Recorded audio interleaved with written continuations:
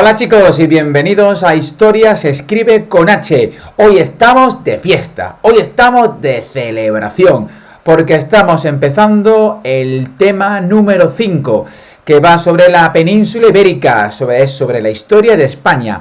Concretamente, la historia de España tanto en la plena Edad Media como en la baja Edad Media. Por eso se llama la península ibérica en los siglos XI y XV.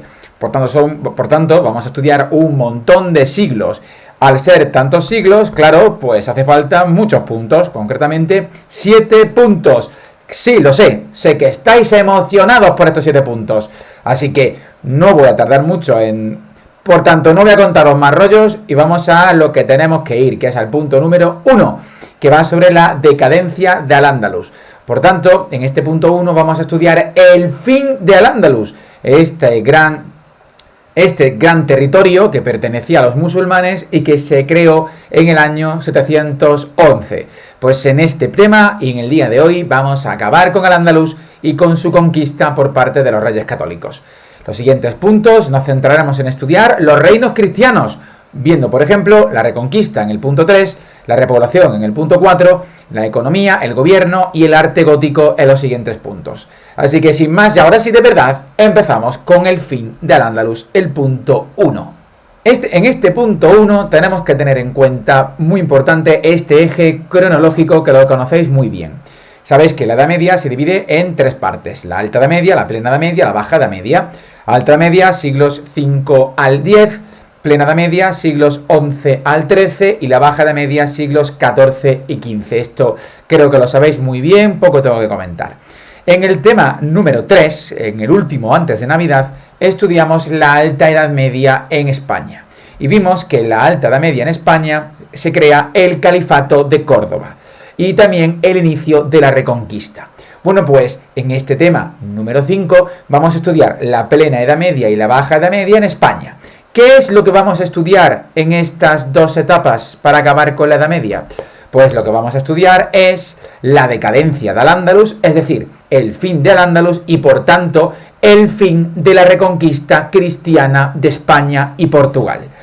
Así que sabiendo eso, este es el eje cronológico de este punto, que lo conocéis perfectamente bien, ya que lo habéis estudiado ya. Es el mismo que hemos estudiado en el tema número 3, con las mismas etapas. Estas 3 etapas las hemos estudiado en el tema 3. De modo que en este tema 5 solamente nos vamos a centrar en estudiar tanto la etapa de los reinos de taifas como la etapa del reino de Granada. En este punto primero, por tanto, vamos a estudiar 4 partes. El punto 1.1, que son los reinos de taifas, el punto 1.2, que son los almorávides, el punto 1.3, que son los almohades, y el punto 1.4, que es el reino nazarí de Granada. Diréis, me cachis en la mar, ¿qué grande es el primer punto? Para nada lo es.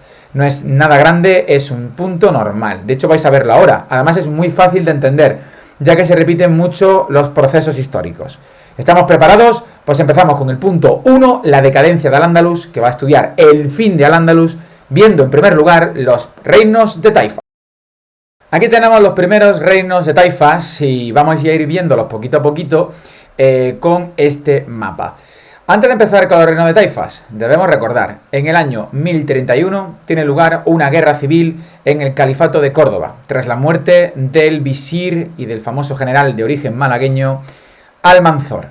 Al desaparecer Córdoba, Al-Ándalus, que era el territorio controlado por los musulmanes en España y Portugal, se divide en reinos de taifas, reinos totalmente independientes, unos de otros. En esta época, en el año 1031, en el siglo XI, había 3 tipos de reinos de taifas. ¿Cuáles son? Pues vamos a verlos. En primer lugar tenemos las llamadas taifas árabes. Esas taifas árabes eran reinos controlados por el grupo social de los árabes, que no olvidéis que eran los más poderosos y más ricos de Al-Ándalus. ¿Cuáles eran las taifas árabes? Pues vamos a verlas. Estaban taifas como la de Córdoba, que era de origen árabe, la de Toledo, que también eran árabe, o la de Zaragoza, alguna de las taifas más importantes. Repito, reinos independientes. El segundo grupo es el de las taifas bereberes. ¿Quiénes son las taifas bereberes? Pues eran reinos de taifas controlados por los bereberes. Estos bereberes eran un grupo social que venía del norte de África y que no olvidéis que estaban bastante marginados por los árabes. ¿Cuáles son las taifas bereberes? Vamos a verlas. Tenemos la taifa de Sevilla, la taifa de Málaga. Y por último tenemos las taifas eslavas. Las taifas eslavas eran reinos controlados por los eslavos. Los eslavos eran gentes de origen ruso y de esa zona de ahí que se habían convertido en esclavos por parte de los musulmanes. Las taifas eslavas eran varias, como por ejemplo la de toda la zona del Levante, como por ejemplo Murcia, Valencia, Tortosa, etc. Todas estas taifas que hemos visto, tanto las árabes como las bereberes y también como las eslavas, eran todas reinos muy débiles. Claro, antiguamente el Califato de Córdoba era solamente un reino y era muy poderoso. No olvidéis que atacó Santiago de Compostela robando las campanas o incluso llegó a destruir Barcelona.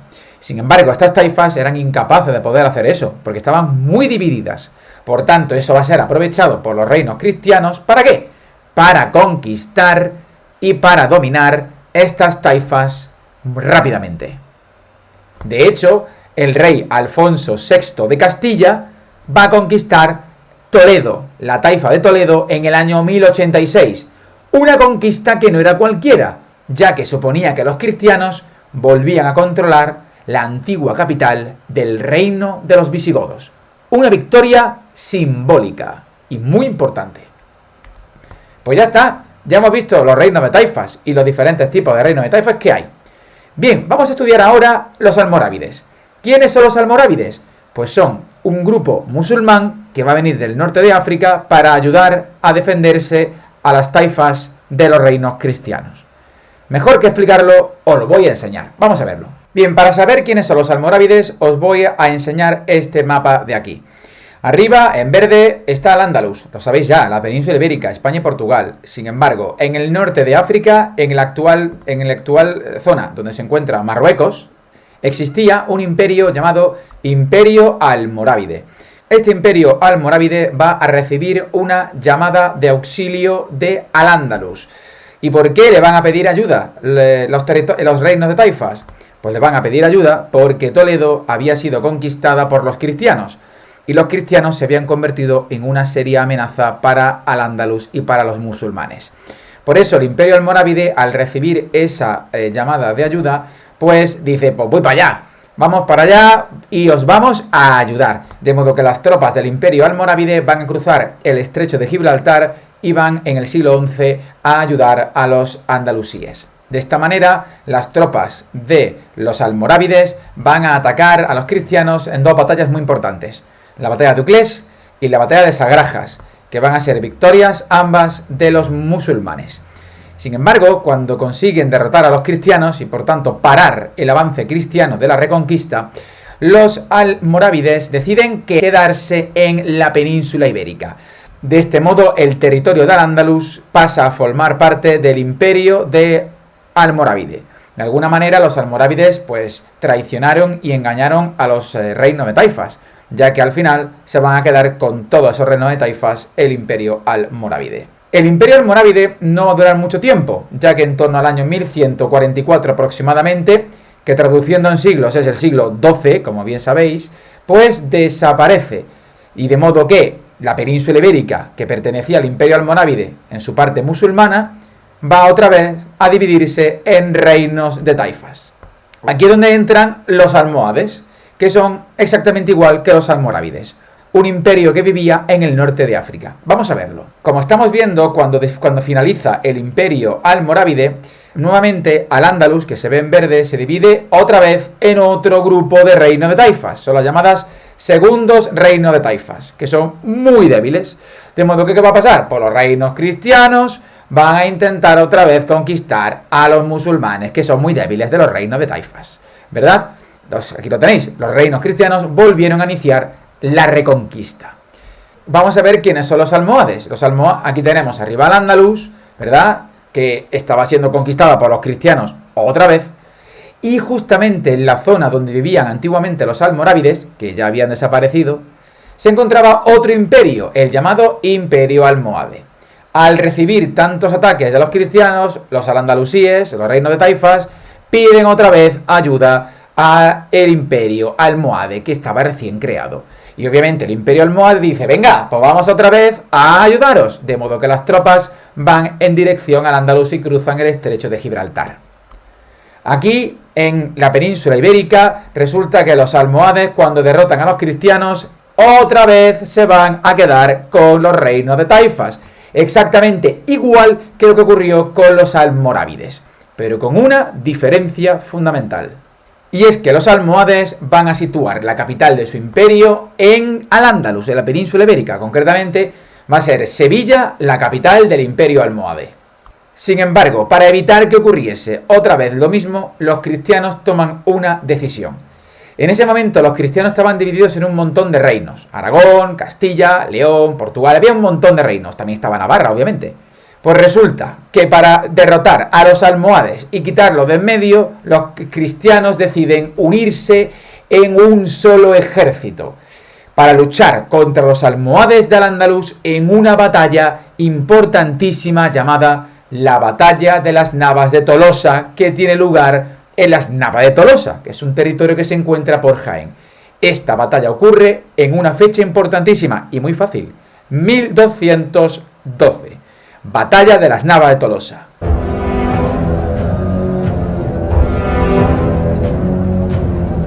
Tropas de Navarra y de Aragón, cruzados ultramontanos, hijos de un mismo Dios, soldados todos, liberemos estas tierras.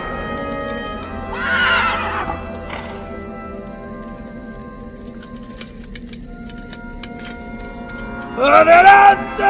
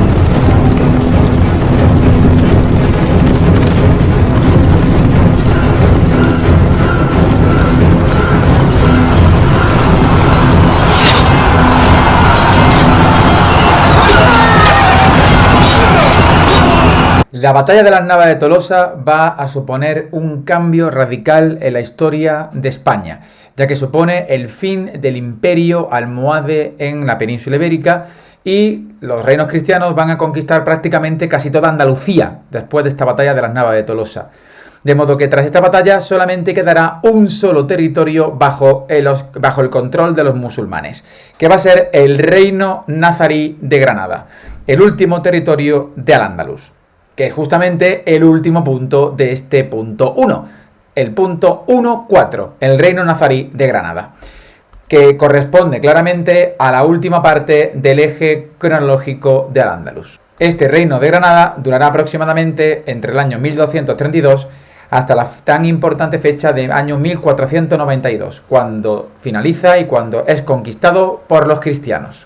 El reino nazarí de Granada dura mucho tiempo, dura más de 200 años.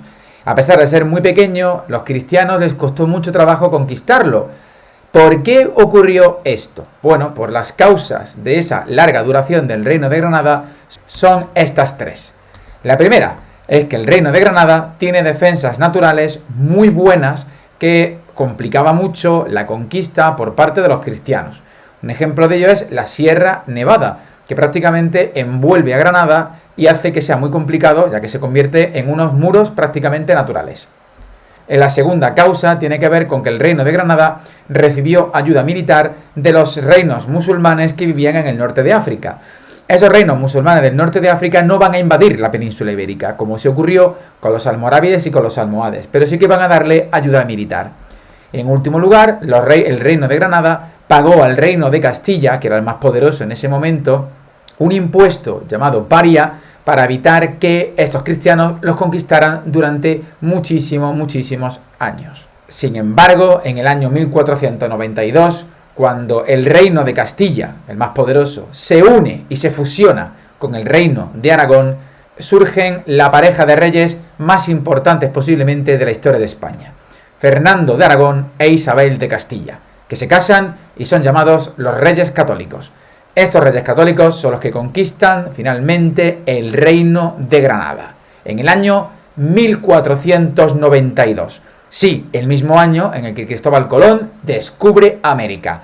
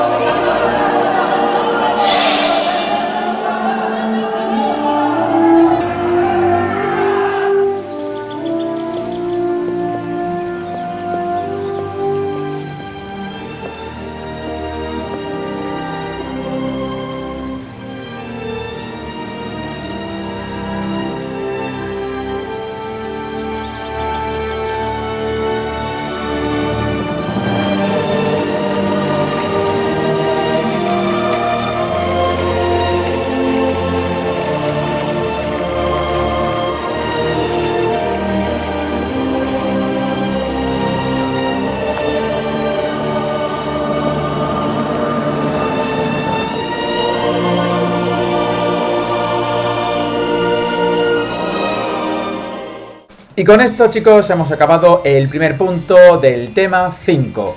Hemos estudiado el fin de Al-Ándalus. El fin de Al-Ándalus obviamente fue un triunfo para los cristianos. Sin embargo, había muchísima población musulmana en la península ibérica que para ellos fue una auténtica tragedia, ya que habían perdido su tierra, y no solamente su tierra, sino que habían perdido también su religión, ya que los cristianos en muchos casos van a obligar con el tiempo a esos musulmanes a convertirse al cristianismo. Pero eso lo estudiaremos en otro punto del tema, que es muy interesante. De momento nos quedamos aquí y nos veremos en el siguiente vídeo sobre la Reconquista, el punto 3, el avance de los reinos cristianos. Hasta entonces, hasta luego.